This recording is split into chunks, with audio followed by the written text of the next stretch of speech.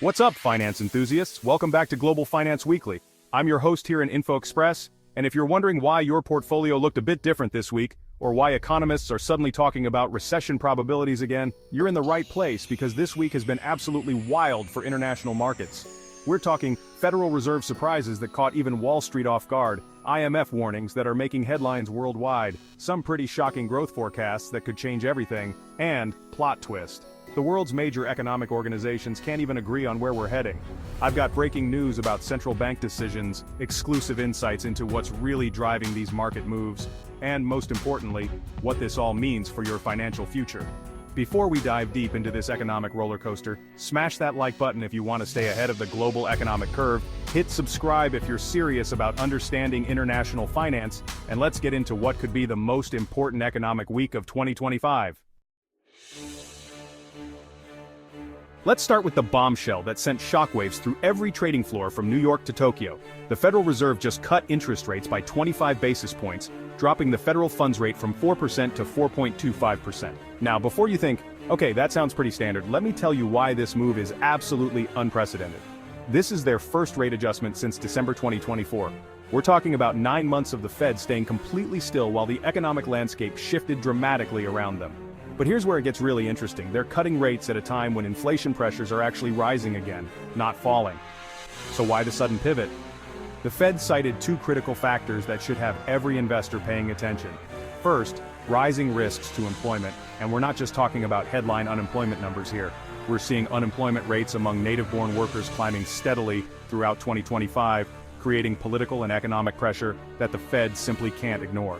Second, and this is crucial for anyone tracking inflation trends, they're dealing with renewed tariff-driven inflation pressures.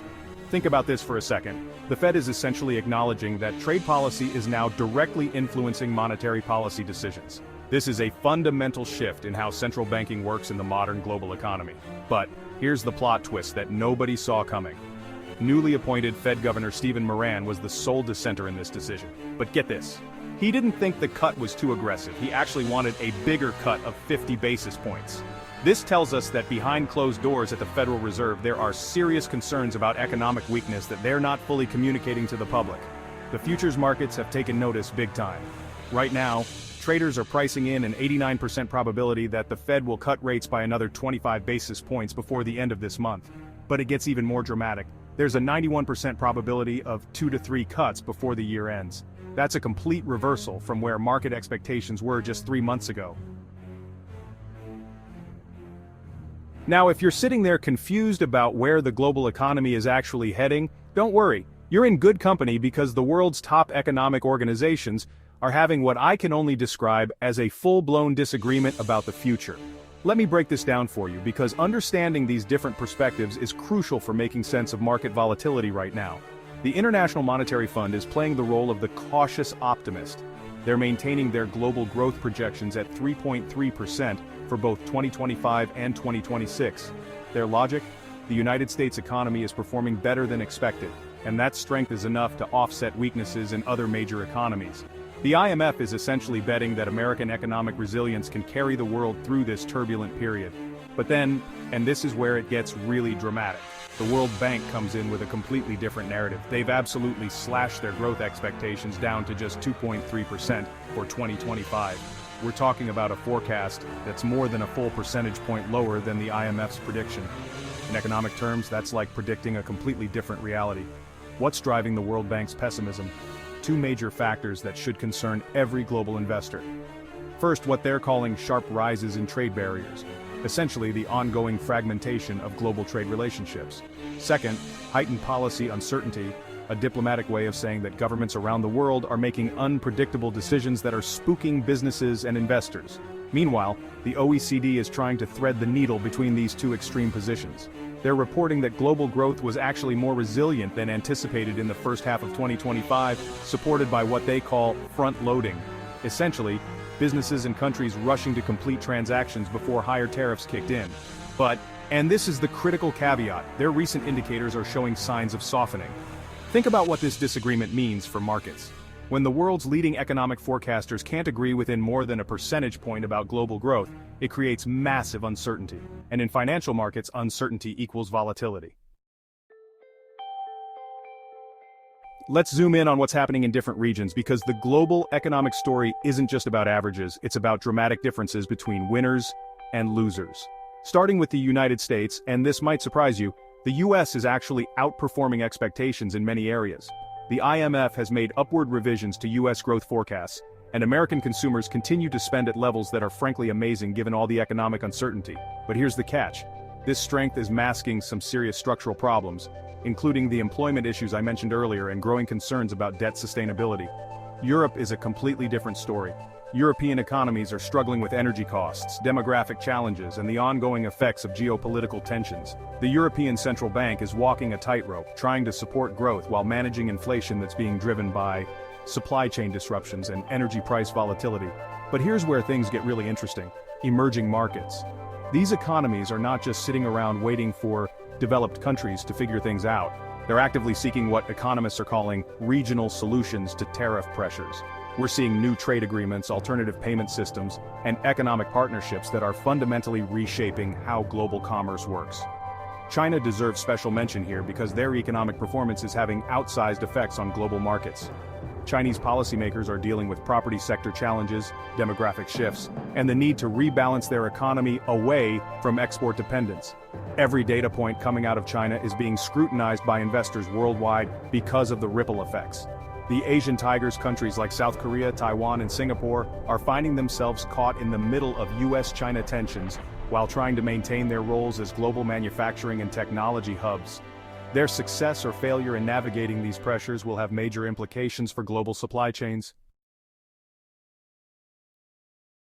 Now let's talk about the warning signs that are keeping economists awake at night because understanding these risks is crucial for protecting and growing your wealth in this environment. The IMF has raised the probability of a US recession, and when I say raised, I mean they've moved it into territory that demands serious attention. This isn't some minor statistical adjustment, this represents a fundamental shift in how they view American economic stability. Remember, the US economy represents about 25% of global GDP, so when America sneezes, the world catches a cold. But the recession risk isn't just about traditional economic indicators. We're seeing what I call policy-induced uncertainty on a scale that's unprecedented in modern economic history. Immigration policies are creating labor market disruptions that are affecting everything from agriculture to technology. Trade policies are forcing companies to restructure their entire supply chains. Fiscal policies are creating questions about long-term debt sustainability. Here's a specific example that illustrates the complexity. Unemployment rates among native-born workers are increasing, but at the same time certain sectors are experiencing labor shortages due to immigration policy changes. This creates a situation where you have unemployment and labor scarcity existing simultaneously in the same economy, something that traditional economic models struggle to predict or address. S&P Global is trying to maintain some optimism, arguing that monetary easing should support growth into 2026, but even they're admitting that inflation remains sticky economist speak for really hard to get rid of. This creates what's known as a policy trilemma for central banks. They need to support employment, control inflation, and maintain financial stability, but they can't achieve all three simultaneously. The emerging market situation adds another layer of complexity. These countries are actively working to reduce their dependence on dollar-denominated trade, creating new financial systems and trade relationships. While this might provide them with more flexibility, it also creates uncertainty about how global financial systems will function in the future. Let's talk about how markets are actually reacting to all this news, because market behavior often tells us more than official statements. Currency markets are experiencing significant volatility as traders try to price in these competing narratives about global growth. The US dollar is strengthening against some currencies while weakening against others, creating a complex pattern that reflects the mixed signals coming from economic data. Bond markets are particularly interesting right now. We're seeing what's called a flattening yield curve in some countries while others are experiencing steepening. This divergence suggests that investors are betting on different economic outcomes in different regions. Exactly what you'd expect given the conflicting forecasts from major institutions. Stock markets are showing sector rotation patterns that reflect these underlying economic uncertainties. Technology stocks are benefiting from expectations of lower interest rates, while financial stocks are struggling with concerns about credit quality and net interest margins. Alright, finance family, if this deep dive helped you understand what's really happening beneath the surface of global markets right now, I need you to do several things that will help both you and this channel. First, Smash that like button, because it tells YouTube's algorithm that this content is valuable, which helps me reach more people who need to understand these critical economic developments. Second, subscribe and hit the notification bell because we're literally living through some of the most important economic shifts in decades. I don't want you to miss a single episode when markets are this volatile and economic conditions are changing this rapidly. Third, and this is really important, share this video with someone who needs to understand what's happening with their investments, their job market, or their business. Whether it's a family member worried about their retirement portfolio, a friend trying to understand why their industry is struggling, or a colleague making business decisions based on economic trends, this information could literally save them money or help them make better choices. Fourth, drop a comment below and let me know. What's your biggest concern about the current economic situation? Are you worried about recession risks, inflation coming back, your job security, or something else entirely? I read every single comment, and your questions often inspire next week's episodes. Plus, I try to respond to as many as possible because I genuinely want to help you navigate these complex times.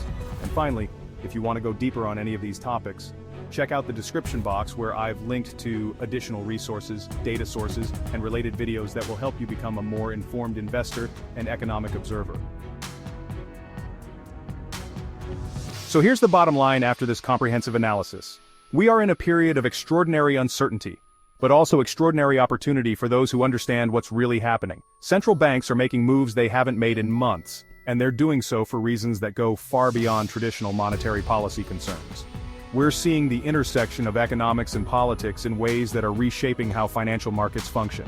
International organizations can't agree on growth forecasts because we're in uncharted territory where traditional economic models are being stress-tested by policy changes, technological disruptions, and geopolitical tensions that don't fit historical patterns. Recession probabilities are rising, but that doesn't mean recession is inevitable. What it means is that the economic environment is becoming more fragile and more sensitive to policy decisions, market sentiment, and external shocks. But here's what I want you to remember as we navigate these turbulent waters. Uncertainty also creates opportunity. The key is staying informed, staying calm, and making decisions based on comprehensive analysis rather than fear or headlines. Next week, we're going to dive even deeper into how these macro trends are affecting specific sectors. I'm talking about detailed analysis of how these economic shifts are impacting technology, healthcare, energy, real estate, and financial services. Plus, I'll break down what this all means for different types of investment strategies, whether you're a conservative investor focused on capital preservation, a growth investor looking for opportunities, or someone trying to build wealth over the long term. I'm also planning a special episode on personal financial strategies for uncertain economic times. Practical advice on portfolio allocation, risk management, and how to position yourself financially when economic forecasts are this divergent. Until then, keep learning, keep growing, and remember, in the world of global finance, knowledge really is your best investment. The more you understand about these complex economic dynamics, the better equipped you'll be to make smart financial decisions regardless of what happens next.